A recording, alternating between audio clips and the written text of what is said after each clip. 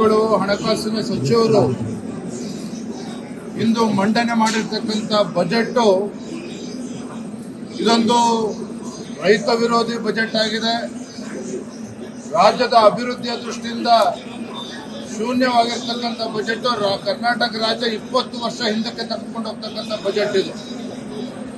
ಯುವಕರಿಗೆ ಯಾವುದೇ ಒಂದು ಕಾರ್ಯಕ್ರಮಗಳು ಯೋಜನೆಗಳನ್ನು ಘೋಷಣೆ ಮಾಡಿಲ್ಲ.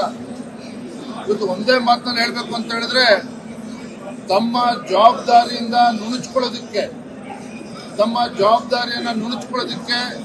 ಮತ್ತು ತಮ್ಮ ವೈಫಲ್ಯಗಳನ್ನು ಮುಚ್ಚಾಕೊಳ್ಳೋದಕ್ಕೆ ಇವತ್ತು ಸನ್ಮಾನ್ಯ ಸಿದ್ದರಾಮಯ್ಯನವರು ತಮ್ಮ ಸಮಯವನ್ನು ವ್ಯರ್ಥ ಮಾಡಿದ್ದಾರೆ.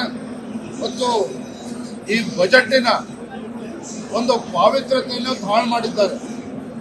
ಏನು ಮೊನ್ನೆ ದಿನ ದೆಹಲಿ ಚಲೋ ಮಾಡಿದ್ರು, ರಾಜ್ಯದ ಗೌರವವನ್ನು ಹರಾಜಾಗ್ತಕ್ಕಂಥ ಕೆಲಸ ರಾಜ್ಯ ಸರ್ಕಾರದ ನೇತೃತ್ವದಲ್ಲಿ ದೆಹಲಿಯಲ್ಲಿ ಏನಾಗಿತ್ತು, ಇವತ್ತು ಕೂಡ ಮಾನ್ಯ ಮುಖ್ಯಮಂತ್ರಿಗಳು ಹಣಕಾಸಿನ ಸಚಿವರು ತಮ್ಮ ಬಜೆಟ್ನಲ್ಲಿ ಕೇಂದ್ರ ಸರ್ಕಾರವನ್ನು ದೂರತಕ್ಕಂಥ ಕೆಲಸವನ್ನು ಮಾಡಿದ್ದಾರೆ.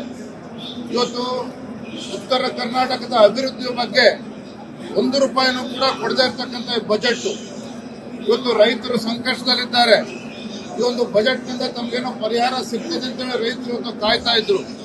ರೈತರಿಗೂ ಕೂಡ ಅನುಕೂಲ ಆಗದೇ ಇರತಕ್ಕಂಥ ಈ ಬಜೆಟ್ ಮಹಿಳೆಯರಿಗೂ ಕೂಡ ಅನುಕೂಲ ಆಗೋದಿಲ್ಲ. ಇವರು ತಮ್ಮ ಮ್ಯಾನಿಫೆಸ್ಟೋನಲ್ಲಿ ಪ್ರಣಾಳಿಕೆಯಲ್ಲಿ ನೇಕಾರರ ಬಗ್ಗೆ ಮಾತನಾಡಿದ್ರು. ನೇಕಾರರ ಪರವಾಗಿ ಯಾವುದೇ ಒಂದು ಯೋಜನೆಯನ್ನು ಕೂಡ ಘೋಷಣೆ ಮಾಡಿಲ್ಲ. ಯೋಜನೆ ಘೋಷಣೆ ಮಾಡೋದಿರಲಿ, ಆ ನೇಕಾರರ ಹೆಸರು ಕೂಡ ಉಲ್ಲೇಖವನ್ನ ಮಾಡಿಲ್ಲ ಬಜೆಟ್ನಲ್ಲಿ. ಇನ್ನು ನಮ್ಮ ಚಾನೆಲ್ ಸಬ್ಸ್ಕ್ರೈಬ್ ಮಾಡಿಲ್ಲ ಅಂದ್ರೆ ಈಗಲೇ ಸಬ್ಸ್ಕ್ರೈಬ್ ಮಾಡಿ, ಶೇರ್ ಮಾಡಿ, ಲೈಕ್ ಮಾಡಿ.